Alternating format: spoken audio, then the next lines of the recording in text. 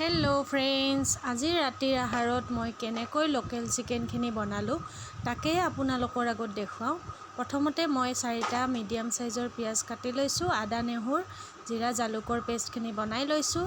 পিছত মই কেৰাহীত তেল গৰম হ'বলৈ দিছোঁ। এইখিনিৰে মই আজি লোকেল চিকেনখিনি বনাম। আৰু আদা নহৰু জিৰা আৰু জালুকৰ গুড়ি, এয়া ইয়াতে জিৰা জালুক আদা নহৰু, আৰু মই কোনো মছলা ইউজ নকৰোঁ, অকণমানি চিকেন মছলা দিম।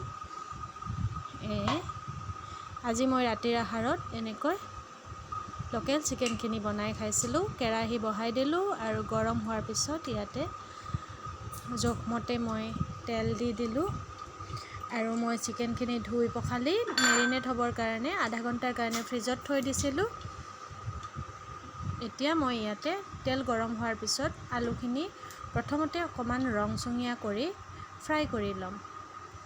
ইয়াত তেল গৰম হৈ গ'ল, আলুখিনি মই ফ্ৰাই কৰি লওঁ।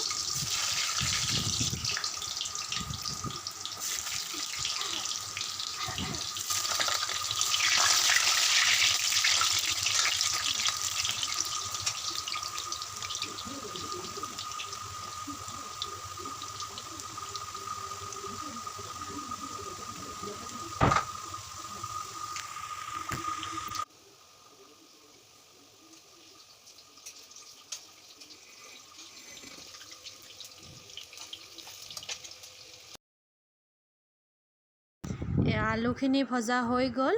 এতিয়া মই এখন প্লেটত এইখিনি উলিয়াই থৈ দিম আৰু যিখিনি পিঁয়াজ মই কাটি থৈ দিছিলোঁ সেইখিনি মই কেৰাহীত বহাই দিম। আলু ভজা হৈ গ'ল। এতিয়া গৰম তেলত পিঁয়াজ 4টা কাটি থোৱা যিখিনি থৈ দিছিলোঁ সেইখিনি মই এতিয়া ইয়াতে এড কৰিম। পিঁয়াজখিনি ৰংচঙা হোৱালৈ ভালকৈ ভাজি ল'ম। তাৰপিছত মই মেৰিনেট কৰা চিকেনখিনি ইয়াতে দি দিম। আগতে পিঁয়াজখিনি ধুনীয়াকৈ ফ্ৰাই কৰি লওঁ।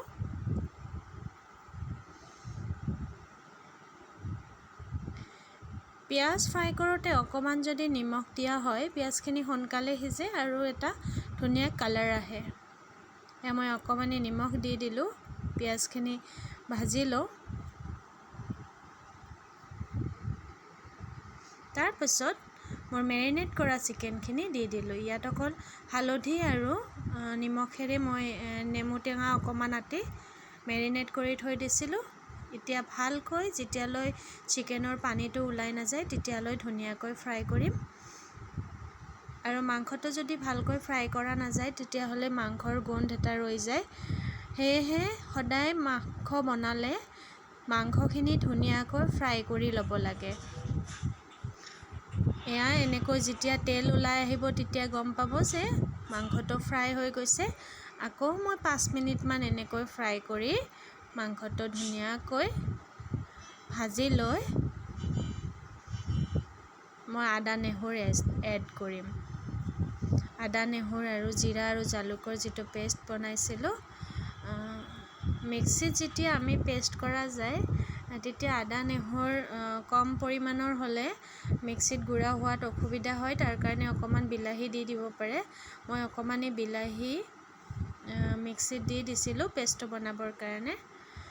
এনেকৈ দিব পাৰে, অকণমান পিঁয়াজ দিব পাৰে। পিঁয়াজ দিলে অকণমান গোন্ধ এটা আহে, তাৰ কাৰণে আপুনি বিলাহী দিব পাৰে। তো এনেকৈ মই পেষ্টটো বনালোঁ। এতিয়া মই ধুনীয়াকৈ মাংসখিনি আকৌ 5 মিনিটমান ফ্ৰাই কৰিম।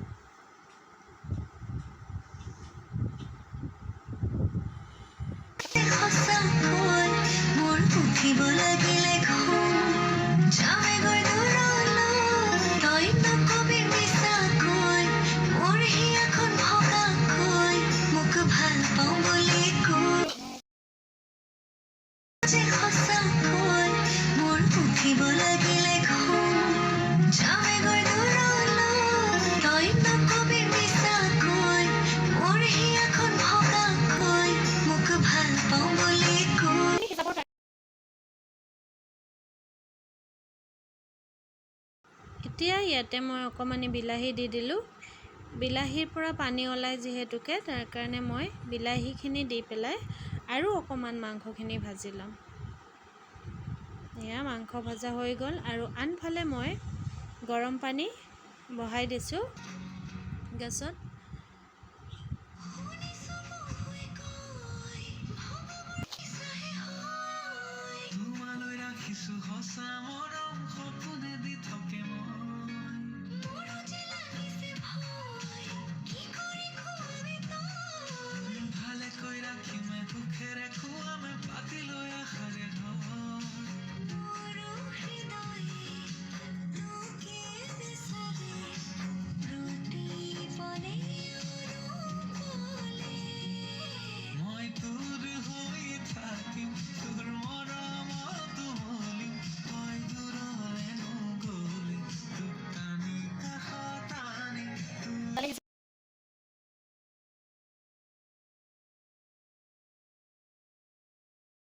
মই যিকোনো জোল অথবা মাংসত কেতিয়াও ঠাণ্ডা পানী ব্যৱহাৰ নকৰোঁ।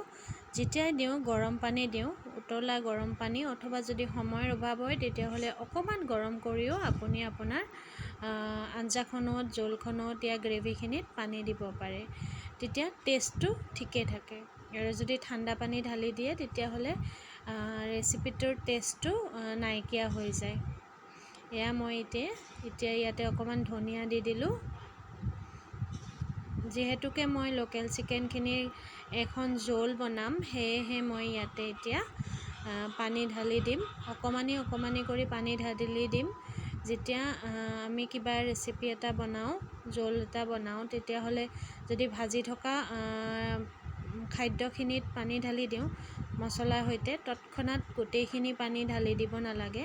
অকণমানি কৰি পেলাই পানী আপুনি দি পেলাই লাহে লাহে ভাজি পানী দিব লাগে। এয়া মই 4টা জলকীয়া দিলোঁ। আপুনি যদি বেছিকৈ দিব বিচাৰে বেছিকৈ দিব পাৰে। এনেকৈ অকণমান পানীৰে মই লৰাই ভাজি পানীখিনি লাহে লাহে এয়া আৰু মই কম জুইত আধা ঘণ্টা সময় বইল হ'বলৈ দিম। তেতিয়া মোৰ মাংস তৈয়াৰ হৈ যাব। এয়া পানী দিলোঁ, হৈ গ'ল। চাওক, এনেকৈ আপোনালোকেও বনাই খাব পাৰে। আৰু এয়া মই পানীখিনি গোটেই ঢালি দিলোঁ। এতিয়া মই ঢাকনি এখন মাৰি এইখিনি থৈ দিম আৰু আধা ঘণ্টা পিছত মোৰ মাংস ৰেডি হৈ যাব। যদি ৰেচিপিটো আপোনালোকৰ ভাল লাগিলে তেতিয়াহ'লে লাইক এটা কৰি দিব। আৰু চেনেলত যদি আপুনি নতুন হয় তেতিয়াহ'লে ছাবস্ক্ৰাইব কৰিব। এয়া চাওক, মোৰ মাংস সিজি গ'ল। মাংস সিজিলে এনেকৈ গম পাব, কাৰণ মাংসখিনিতো আধা সিজা কৰিছোঁৱেই মই ভাজি।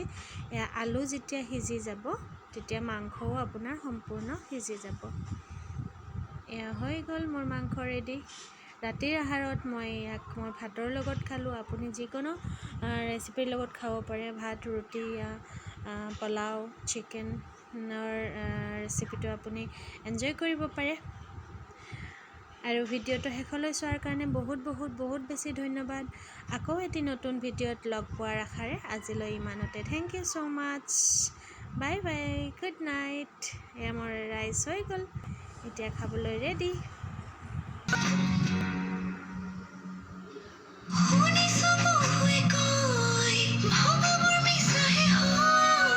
তোমালৈ ৰাখিছোঁ সঁচা মৰম, সপোনে দি থাকে মন।